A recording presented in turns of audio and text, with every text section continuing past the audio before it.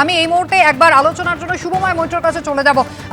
আপনার কাছে যেটা জানতে চাইবো শুভময় দা, দেখুন 15 বছর, 1-2 বছর নয়, 15 বছর ধরে এই মানুষগুলো ভোট দিতে পারেনি। কোন সরকার ছিল? তৃণমূল কংগ্রেসের সরকার। যারা দাবি করেছে উন্নয়ন, তারা কিন্তু একেবারে প্রায় শেষই করে ফেলেছে, কাজ আর কিছুই বাকি নেই। 100টার মতো প্রকল্প রয়েছে, সাধারণ মানুষের জন্য মমতা বন্দ্যোপাধ্যায় কাজ করেন। তাহলে সাধারণ মানুষগুলো বুথ পর্যন্ত নির্দ্বিধায় পৌঁছতে পারেন না কেন? দেখুন, গণতন্ত্র এবং সেইটাকে বজায় রাখা এবং তার সঙ্গে মানুষের কাজ করা এর কোনো সম্পর্ক নেই। আমরা হয়তো খোঁজ নিলে দেখবো যে উত্তর কোরিয়াতেও হয়তো মানুষজন মোটের ওপর খেতে পান, কিন্তু কোনো গণতন্ত্র নেই। আমাদের এখানে গণতন্ত্রের সূচকটা যেটা দাঁড়াচ্ছে সেটা ওই ভোটের সংখ্যার চেয়েও শতাংশ হিসেবে আর একটু বোঝা যাবে। 2021 বিধানসভা নির্বাচনে তৃণমূল ভোট পায় 56%, যে ভোটটা 2024 লোকসভা নির্বাচনে, যেখানে সাধারণভাবে বিজেপির ভোট একটু বাড়ে আমরা দেখি, তৃণমূল কংগ্রেসের ভোট গিয়ে দাঁড়ায় 89%-তে, এবং বিজেপির ভোট 37% থেকে নেমে আসে 7.5%-তে। এবং এই প্রত্যেকটা নির্বাচনে আমরা দেখেছি, এবং এক অংশের মানুষ অত্যন্ত উল্লাস প্রকাশ করেছেন। সেই উল্লাস আগের সেই কংগ্রেসের 72-এর ভোটেও ছিল, বাম আমলেও মানুষ যখন বিধানসভায় 1 লক্ষ বা লোকসভায় 5 লক্ষ ভোটে ছিল, এবং একইভাবে 7 লক্ষ ভোটে যখন ডায়মন্ড হারবারে মানুষ জিতছেন তখন কিছু মানুষের এই উল্লাসটা ছিল। যাদের এই উল্লাসটা ছিল তাদের মধ্যেই কিছু মানুষ যে আজকেও ক্ষমতায় থাকবেন না এমন নয়, কিন্তু গণতন্ত্রের শক্তি হচ্ছে সাধারণ মানুষ, সাধারণ ভোটার, এবং তাদের যে প্রতিবাদ, সেই প্রতিবাদই তো আজকে এই ধরনের গণতন্ত্র হরণের থেকে আমাদেরকে এমন একটা জায়গায় এনে দিয়েছে এবং এনে বিজেপির হাতে দায়িত্ব দিয়েছে।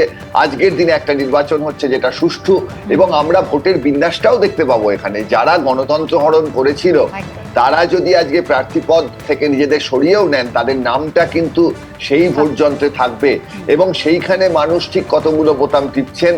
অবশ্যই বিজেপির জেতার সম্ভাবনা অত্যন্ত বেশি, কিন্তু বাকি রাজনৈতিক দলগুলো কত ভোট পাচ্ছেন তাই দিয়েই কিন্তু এই সংখ্যাগুলো দিয়ে গণতন্ত্রটার সূচকটা বোঝা যাবে।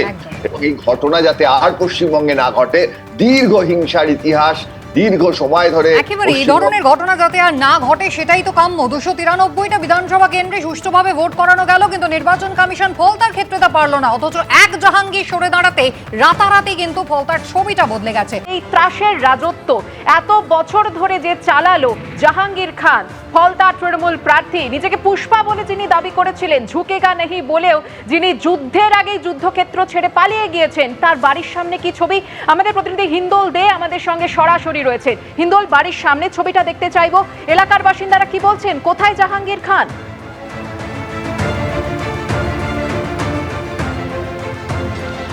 একেবারেই তোমাকে বলে রাখি, এলাকার বাসিন্দারাও জানে না জাহাঙ্গীর খান যে নিজেকে পুষ্পা বলে দাবি করেছিল, এবং সেই জাহাঙ্গীর খানের বাড়ির সামনেই আমরা দাঁড়িয়ে রয়েছি। ক্যামেরা পার্সন শ্যামল জানাকে বলবো সেই ছবিটা দেখাতে। এই যে বাড়ি, যে বিশাল বড় এই বাড়ি, সেই বাড়ির মালিক হচ্ছেন জাহাঙ্গীর খান, যে ফলতার ত্রাস, যেই জাহাঙ্গীর খানের ভয়ে রীতিমতো কোনো নির্বাচনই কিন্তু সুষ্ঠুভাবে হতো না, ভোটাররা সঠিকভাবে ভোট দিতে পারতেন না। এবং ঠিক সেই জাহাঙ্গীর খানের বাড়ি যেটা দেখাচ্ছি আমরা, সেই জাহাঙ্গীর খানের বাড়ির ঠিক সামনেই একটি স্কুল রয়েছে। সেই স্কুলে এই গ্রামেরই বাসিন্দারা, শ্রীরামপুর গ্রামের বাসিন্দারা, তারা বলছেন তারা এবারে দীর্ঘ 15 বছর পর শান্তিপূর্ণভাবে নিজের মত নিজে প্রকাশ করতে পারছেন। আমরা একবার দেখব জাহাঙ্গীর খান আদৌ বাড়িতে রয়েছেন কিনা, বা থাকলেও কেন তিনি সাড়া দিচ্ছেন না। একটা ছবি দেখাবো, যে ছবিটা দেখাতে বলবো শ্যামল জানাকে। এই যে কলাপসেবল গেট রয়েছে তার ভেতর থেকে কিন্তু তালা দেওয়া, অর্থাৎ সম্ভবত ভেতরে কেউ থেকেও থাকতে পারে। একবার ডাকার চেষ্টা করব। জাহাঙ্গীর খান বাড়ি আছেন? জাহাঙ্গীর খান বাড়ি আছেন? জাহাঙ্গীর খান বাড়ি আছেন কিনা কেউ বলতে পারছে না। জাহাঙ্গীর খান কি বাড়িতে আছেন? দিদি, আপনারা তো এখানেই থাকেন। হাঁটতে থাকো খালি, হ্যাঁ হাঁটতে থাকো।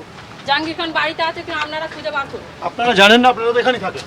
তা আমরা এটা থাকি কি সবসময়? কি আমরা কি এখানে পড়ে আছি তোমাদের? সুতরাং এই মহিলারা তারা কিন্তু বলছেন যে মিডিয়াদের মতো কাজ করবে কেন? বাড়ির লোকের বাড়ির ভিতরে কেন চলে যাবে?